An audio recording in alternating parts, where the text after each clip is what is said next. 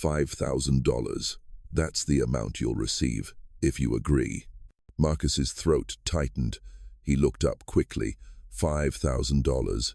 That money could be enough to cover Emma's medical bills, next month's rent, and buy his little girl a warm winter coat. Isabella Hamilton, a young millionaire, only 24, stood across from him. Her emerald dress probably cost more than everything Marcus earned in 6 grueling months. She paused, her sharp gaze sweeping over Marcus Williams, the night shift janitor.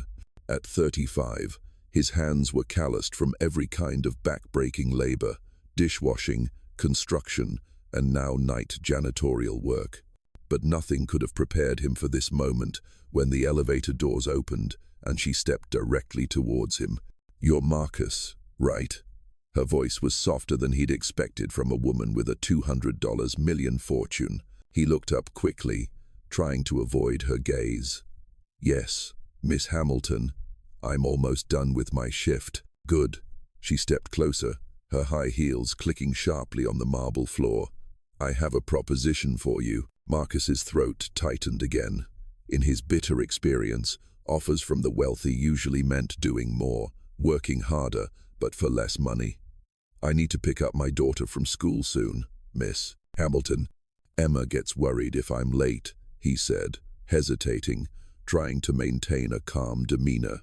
Isabella's expression shifted slightly, a rare hint of softness crossing her features. "How old is she?" she asked. 7. "She's all I have left.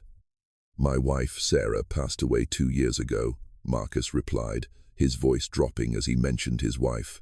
Isabella was silent for a moment, as if contemplating something.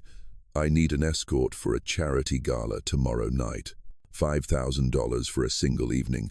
All you have to do is wear a tuxedo, smile, and make polite small talk. That's all." Marcus nearly dropped his cleaning rag.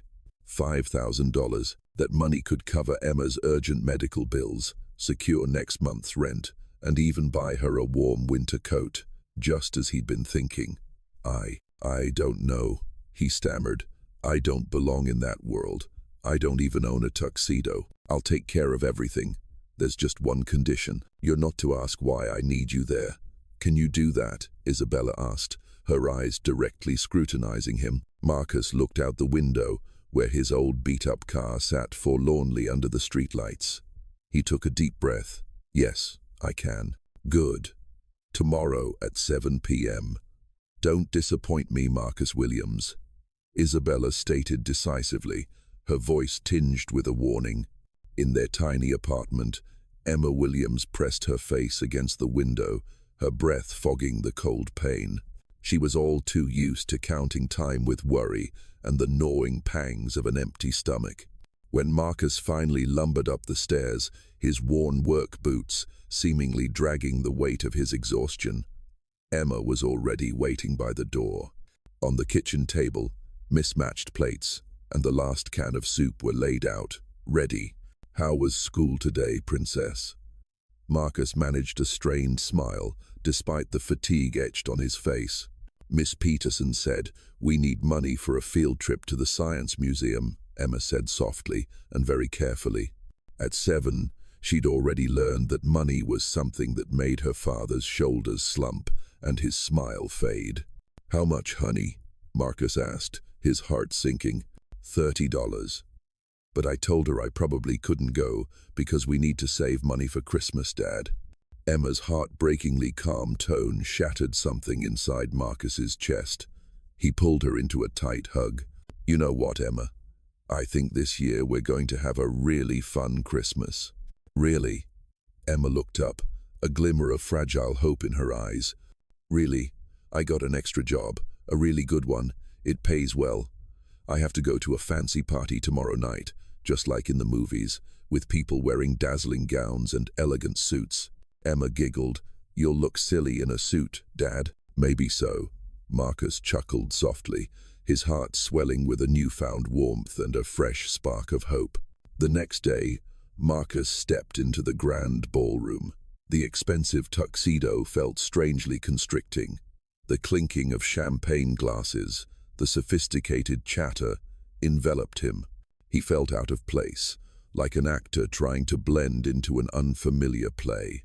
He mimicked polite smiles, slight nods, but deep down, he was still Marcus, the janitor who had just cleaned public restrooms a few hours ago. He retreated to a corner, trying to make himself invisible, until his gaze met an elderly woman sitting on a velvet armchair. Her silver hair was elegantly coiffed, her eyes sharp, and she exuded an air of refined aristocracy. It was Eleanor Hamilton, Isabella's grandmother. She looked at him. Her gaze was peculiar, both scrutinizing and, somehow, laden with something distant and enigmatic, as if she were looking right through him, not at the tuxedo he wore, but at something much deeper. Marcus offered a slight bow, trying to smile. Eleanor gave a faint smirk, slowly sipping her wine. "My granddaughter has a knack for choosing companions, doesn't she?" Her voice was low and resonant, carrying an air of authority. Marcus flinched slightly. "Ma'am," I said, "you seem quite fitting for this party." She stared intently at him, her eyes unwavering. "I haven't seen you here before." No, this is my first time," Marcus replied, feeling the pressure of her gaze. "I sense that you don't quite belong in this world." She paused, taking another sip, and that might just be an advantage. Marcus didn't know how to respond. It was as if she knew some secret about him, a secret he himself hadn't even discovered. He could only stand there, silent, feeling the discomfort and confusion welling up inside him. This section of the story escalates the plot and shifts the tone from a poignant family drama to a thrilling mystery. The translation maintains this sudden turn of events, using language that builds tension and reflects the characters' shock and desperation. Here is the translated text, followed by an analysis of the translation choices. After the awkward exchange, Marcus sighed with relief as Isabella approached, motioning for him to follow her. They walked out onto a large balcony, away from the bright lights and the noisy chatter. The cool night air rushed in, carrying the scent of jasmine. "Are you okay?" Isabella asked, her back to the glittering city below. Marcus let out a sigh. "I guess. Your grandmother." She looked at me like I was a riddle. Isabella gave a slight, humorless smile. "She has a keen eye, but don't worry, you did well." She turned to face him, her expression turning serious. "Now for the important part." "The important part?" Marcus asked, feeling his heart start to beat faster. "The reason you're here tonight, Marcus." Isabella took a deep breath. "The man you thought was your father was actually my uncle, Robert Hamilton." Marcus froze. "What? No, that's impossible. My dad's name was Michael Williams. He died when I was little. That's the name your mother used to protect you. Your father's real name was Robert Hamilton. He fell in love with your mother, Linda Carter, and he wanted to acknowledge you, his son." Isabella looked him straight in the eyes.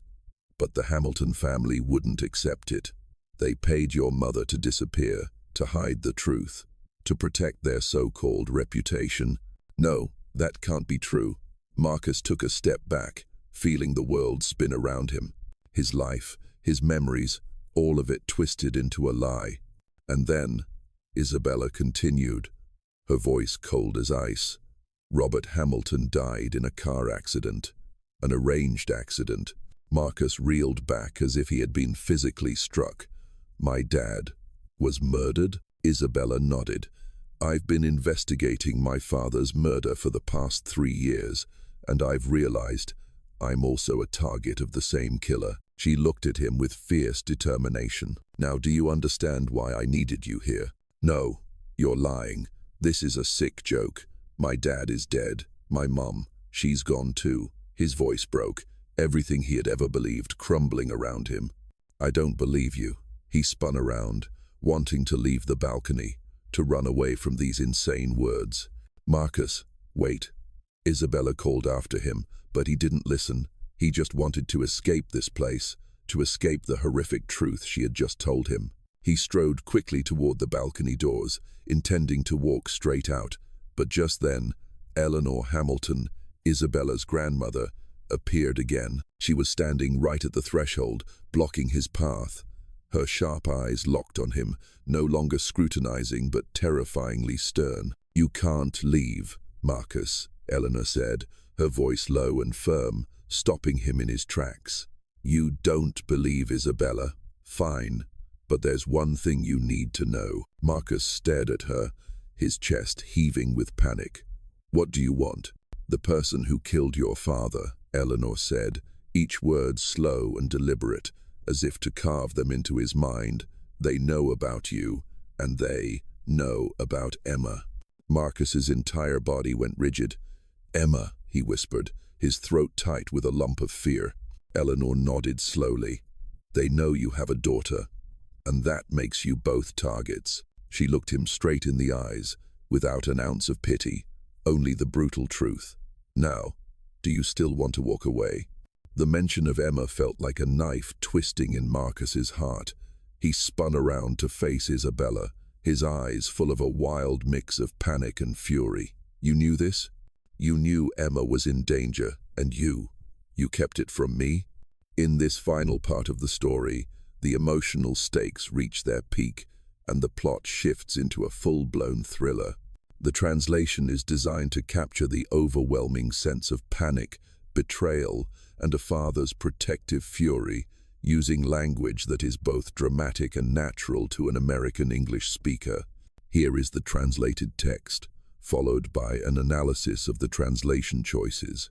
Isabella stepped closer, her expression resolute but tinged with a hint of sorrow. "This is why I needed you here tonight, Marcus. I need you to work with me. Only you can help me find this killer." She took his hand, her eyes unwavering. "In return, I will guarantee Emma's absolute safety, whatever it takes." Marcus stared at her, an image of his little Emma and her innocent smile flashing through his mind. Emma's safety, that's all that mattered to him. "How can I trust you? You lied to me about my father." Isabella took a deep breath, as if bracing for an even bigger shock. "There's one more thing I had to keep a secret until this very moment. About your mother, Linda Carter." Marcus snapped. "My mom is dead. She died when I was really little." "No, Marcus," Isabella said, her voice grave. "Your mother is still alive. She faked her death to protect you." Marcus felt like he had just been hit by a wrecking ball. His entire world once again imploded. His father murdered, his mother alive and faking her death. All because of him? Faked her death. To protect me?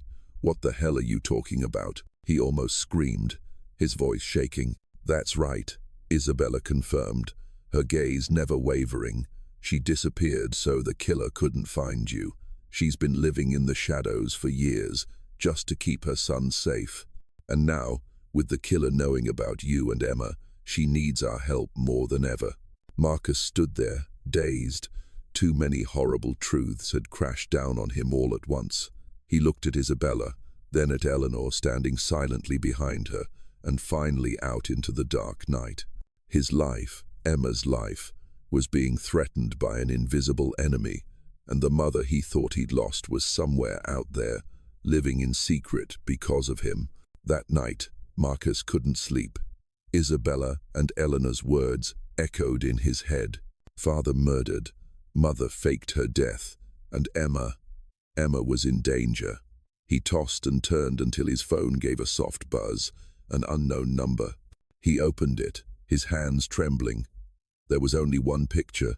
The photo showed a corner of Emma's bedroom, her small bed with a teddy bear, a messy desk, and most chillingly, the pink jacket she had just worn to school slung over a chair.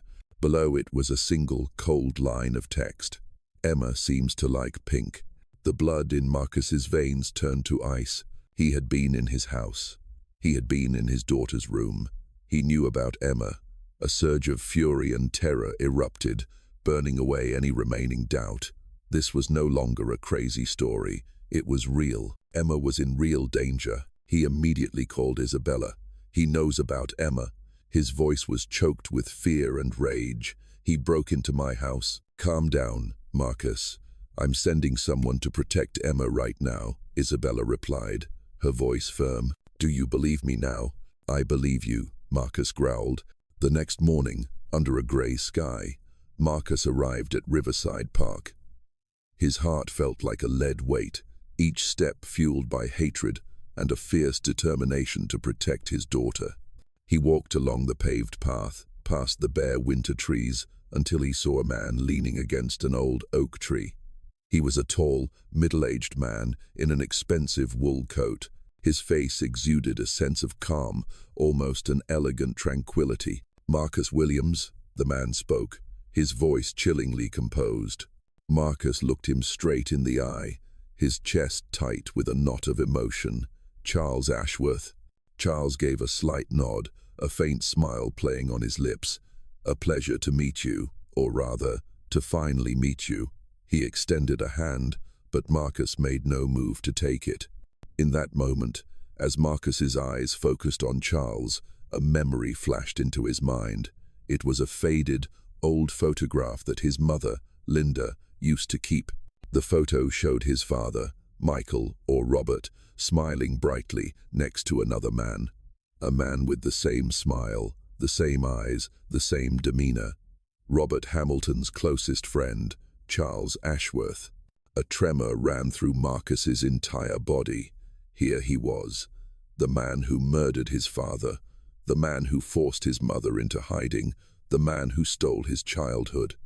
And now he was threatening Emma. "You," Marcus whispered, his throat constricted. "You were my father's friend." Charles kept his serene smile, as if Marcus had stated the obvious. "Indeed. Robert and I were the best of friends, until things got complicated." He shrugged, as if speaking of mundane gossip. "I'm so sorry for what happened to your father. Such an unfortunate accident." "Accident?" Marcus growled, his eyes burning red with hatred. "How dare you call it an accident? You killed him." The smile vanished from Charles's face. He looked at Marcus with a scrutinizing gaze, then sighed. "So you know, Isabella told you? That girl is such a nuisance." He took a step back, his hands in his pockets, his eyes as cold and sharp as a knife. "So, what now, Marcus? What do you plan to do? Scream and call the police? Who's going to believe a janitor? What did you do to my father?" Marcus struggled to control the rage boiling inside him, knowing he had to stay calm. This was his only chance. Charles smirked. Robert was weak. He wanted to make a public mess, to have a child with a woman who was beneath him. It would have ruined everything. The Hamilton family's reputation, our company.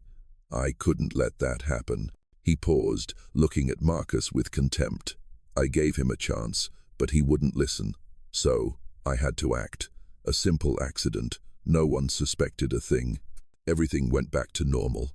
"You're a monster," Marcus hissed. Charles let out a cynical laugh. "A monster? I'm the one who protects what's ours. And now, you're threatening everything too." He took another step toward Marcus, his gaze menacing. "You seem quite stubborn, just like your father. I don't want to hurt you, Marcus, but if you keep meddling in this, Emma will have to pay the price." Marcus knew this was the moment. He clenched his fists. "You've said enough, Charles." Charles raised an eyebrow. "What are you talking about?" Just then, Isabella stepped out from behind a nearby bush, her face cold and determined. She said nothing, only held up her phone, which was clearly recording. A tiny microphone was discreetly taped to Marcus's jacket. Charles Ashworth's eyes darted from the phone to Isabella, and finally back to Marcus. His face twisted from smugness to utter shock, and then quickly to a furious rage. You recorded me," he roared, lunging toward Isabella. But before he could even reach her, an unmarked black van screeched to a halt right beside them. The sliding door flew open. Several fully equipped FBI agents stepped out, handguns already drawn and aimed directly at Charles. "Federal Bureau of Investigation. Charles Ashworth, you are under arrest for murder and conspiracy," a tall, stone-faced agent with dark sunglasses announced. Charles froze, his face ashen with terror and disbelief. He looked at Marcus, at Isabella, then stared blankly at the agents surrounding him. All his previous confidence and composure had completely vanished, replaced by sheer desperation and fury. He tried to resist, but two agents swiftly moved in, wrestling him to the ground and cuffing his hands behind his back. "No, you can't do this. I'm Charles Ashworth. I didn't do anything. This is a mistake." He thrashed and yelled, but his protests were quickly swallowed by the firm control of the FBI. Marcus stood there, watching Charles being subdued, and the heavy burden he had carried for so long suddenly lifted. The hatred was still there, but it was now replaced by a strange sense of relief. Justice had finally been served for his father. Isabella walked over to Marcus, gently placing a hand on his shoulder. "It's over, Marcus," she said, her voice tinged with weariness but also unwavering resolve. "It's finally over." He nodded, speechless. A cold wind still swept through the park, but now Marcus felt a glimmer of warm sunshine breaking through his life. The enemy had been caught. Now was the time to protect what he loved most. The days that followed passed like a dream. Charles Ashworth was indicted and faced justice. The truth about Robert Hamilton, his murder, and the Hamilton family's dirty schemes slowly came to light. But what mattered most to Marcus now was family. He took Emma to meet an elderly woman with silver hair and a gentle smile that held a lifetime of sorrow in her eyes. It was Linda Carter, Marcus's mother, whom he had long believed was dead.